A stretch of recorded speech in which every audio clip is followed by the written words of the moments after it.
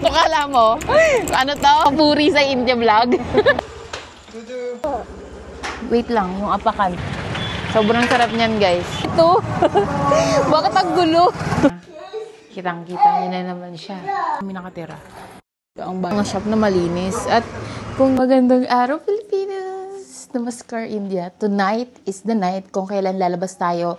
At first time namin, isasama si Adu outside sa labas, guys, para kumain ng street food nila na paborito ko na gawa ng mga Nepali.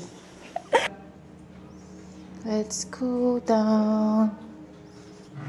Sobrang good sa, sa may kawain. Tapos dito ang hirapan sa stairs. Ha? Ito. Yeah. Ito, basta bahay na lang. Okay na yan sa labas. Huwag kang maarte. Luma naman na yun. Can I buy something from outside? Bili. Pwede naman pagtiisan yung luma. Oh, baka pag na-try ni Adu mag-motor-motor dito sa India, lagi na yan mag-aaya lumabas. Yan ang motor namin, guys. Matagal na yung motor na yan, guys. Nasa apartment pa kami nakatira. Ito ang bahay natin paggabi. Kita niyo ba? Kulay blue ang light paggabi. May iba-iba kulay yan, guys. Kung depende sa mood namin, gusto green or aesthetic, white, gano'n. Depende sa mood niya kung anong kulay gusto niya. May iba-iba niya yan. How convenient pag may bag ka lang. Lagi ko yan sinasabihan, bumili ng bag, ayaw. Akin na si Adu, para mahawakan ko mabuti. Come here. Come here. You hold Papa, ha? Hold tight. Wait lang, yung apakan. Di, yung isa pang apakan. Ang hirap. Alam nyo, guys, mahirap magmotor pag malalaking tao kayo. Ewan ko, ako lang ba nahirapan? Ang haba kasi ng binti ko. Sumasayad sa lapag. Yan, hawak ka, Adu. Okay. Let's go. Hold Papa. Dahan-dahan. Wala ba? Oo. Dahan-dahan tayo, guys, kasi wala tayong helmet. Anyways, dahan-dahan naman si Adi. Pagka kami ang sakay niya. Nakikita niyo pa ba kami, guys? Or may mic na kami this time, guys. Okay pa ba yung audio ko? Comment down below. Kasi nag-upgrade talaga tayo totally sa vlogging, ha. Nag-invest si Adi sa mic tsaka sa camera. Dati hindi ganito yung aming setup, cellphone lang. Although maganda na may iPhone pang vlog, guys. Pero I think mas maganda yung, okay na pala yung daan dito. Tingnan nyo, guys, yung daanan. Ayan, sinasabi ko okay na tong daan na to. Pero I think para sa inyo hindi pa yan okay. Pero kung per last time, kung follower ka namin talaga, alam mo kung gaano kahirap yung daan dito. Kung dati ka pa namin follower. Ngayon, na siya, guys, medyo patag-patag na siya. Kung dati kang follower, alam mo kung gaano kami tumatalbog-talbog dito. Nababalahaw kami, lalo na pag tag-ulan. Ayan, guys, nakalabas na tayo dito sa NLEX. Ito na yung daan namin. Kanina may mga nadaanan kami mga traktor, pinapakita namin kay Adu. May mga, anong tawag dito? May mga kalabaw, baka nakikita ni Adu. Maganda dito sa India, parang ka na sa live zoo. Niya makita. Kailangan helmet lang sa bata? Oo, kailangan bumili tayo helmet. Next time bili tayo. Bibili tayo next time. Pinapagalitan tayo ni Adi, hindi tayo naka-helmet. Although custom nila to, walang naka-helmet dito, bihira. Ha? Nakakatuwa ang amoy ng simoy ng hangin. Ay, puke. Bagay na lang Grabe naman to. Yung makapagkantay. Guys, naamoy ko yung simoy ng crunchy. Alam niyo kung ano amoy? Amoy halaman na sobrang, alam niyo yung pagka pumunta kayo sa garden, sobrang, tapos may amoy ng bulaklak labi, no? Anong bulaklak yun? May amoy bulaklak. Tapos, amoy tayo ng, baka. Mix. Ano kala mo? Puro maganda lang sasabihin ko. Kala ko na eh. Kala mo? Ano to? Ano tawag dito? Papuri sa India vlog. Amoy tayo ng baka, guys. Pero lamang yung halaman minsan, pero lumalamang yung tae pag nadadaan dito. Ito kasi, guys, tae ng kalabaw, baka, baka farm, ganon. Yeah. Sobrang curious ni Ado. So, ito ba yung kinalakihan ng papa ko? Dito ba siya lumaki? Ba't ganito? Bakit ang gulo? Bakit ang gulo? Tignan nyo, napapatulala na lang si Ado. Ang gulo-gulo guys. Ayun siya. Ayun ang ating paboritong momo. Nakikita niyo ba? Yung may ilaw. Ayan yung Nepali na lagi namin kinakainan ng momo. Yan, dito tayo magpa-park. Dito siya sa kanto namin. Ingay no guys, no, naririnig niyo po ba ako? Wait lang ha. Reaction video ni Ado sa India.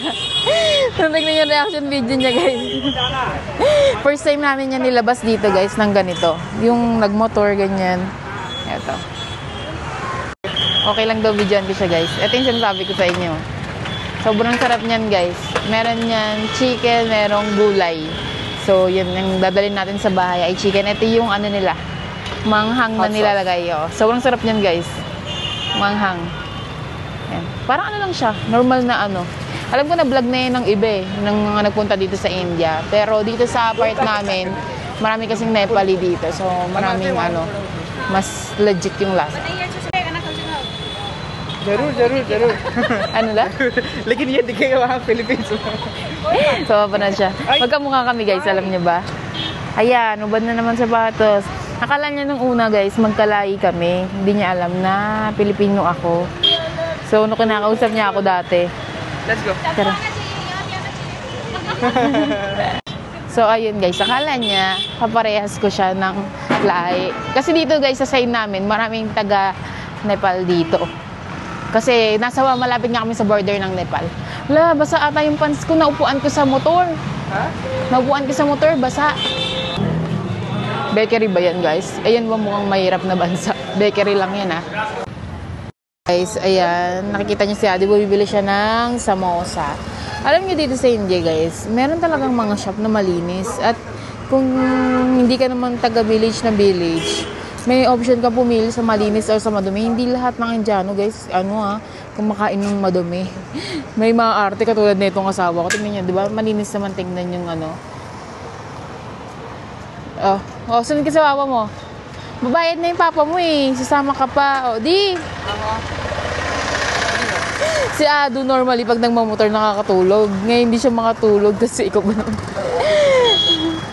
First time mo ba naman maka-experience ang ganyang kagulo Makatulog ka ba? Tutuwa siya sa ilaw. Let's go!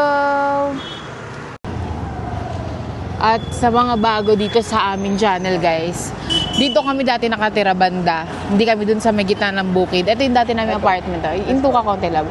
Ano yung kulay orange na yan? Yan ang dati naming apartment. Diyan kami nakatira dati. So, nung nagawa yung bahay, lumipot na kami dun sa banda, sa bukid. Malapit lang siya dun sa bago namin bahay, guys. Mga 5 to 10 minutes lang. Ayan, guys, meron kakasalo. May mga drone na lumilipad. Alam niyo naman, pag Indian wedding, sobrang bongga, pabonggaan sila. May pa-drone, fireworks. Lahat yan, ayun, lumilipad yung drone, no? Kita niyo ba? Yan. Kasi ito yung wedding hall, diba? Bongga. So, next week, meron tayong atin na nakasal, guys. So, abangan niyo yung vlog namin dyan. Alam niyo guys, ang India, hindi naman ganun siya ka-worse katulad ng binabalita. I mean, hindi ko siya sugarcoat. Kilala niyo ako, sobrang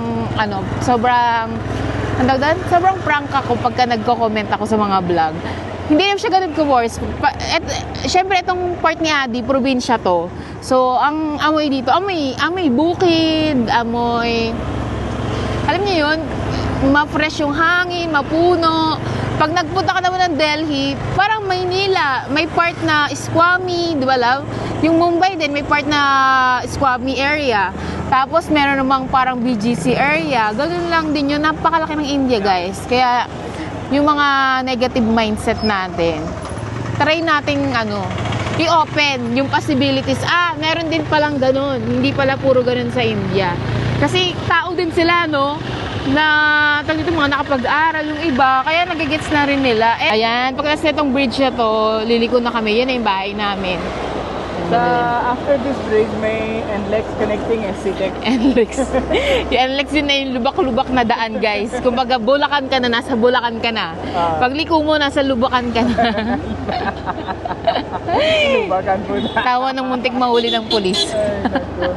By the way, guys, I think nahuli na kami dahil wala kaming helmet. Nakalimutan namin guys. Dito pala, hindi na sila nanguhuli. Automatic, may scan ka ng camera, tas automatic nag-text na yung ano, yung penalty mo na kailangan mong bayaran. Sigurado nag-text na kay Bay.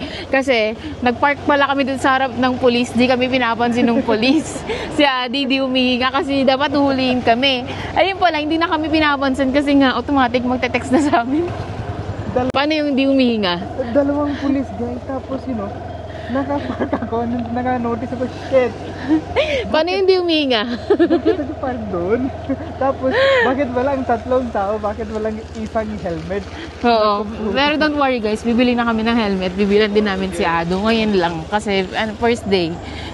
Bahay na tayo guys. Diba? Hindi nakatulog sa ito.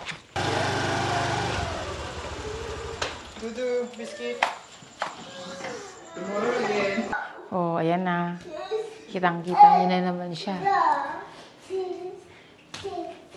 Count mo daw, count.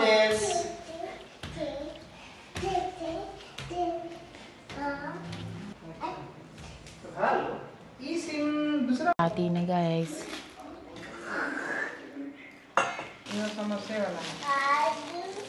Guys, tik pala natin yung nabili natin. Ang dami naman ito. Sa akin lang lahat. Binigyan mo si Mami? Ha? Nakalimutan niyo yung kulay-pula yung maanghang. Yun pa naman yung nililook forward ko. Chika kasi ng chika eh. Kung kailan daw kami dumating, ganun. Suki namin yan. Ito laman niya. Laman niya. Chicken tsaka sibuyas. Tapos, may masala ba? Parang wala, no? Parang wala akong nalalasan. Nalalasan ko sibuyas tsaka manok. Yun lang. Wala siya yung manghang ganun, guys. Wala. Asin siguro. Asin yun lang. Kaya lasang ano lang siya. Lasang siomay. Saka pepper sauce. Itong samosa, depende sa nabilan nila kung nagugustuhan ko. Patatas lang naman to guys. Tapos masala.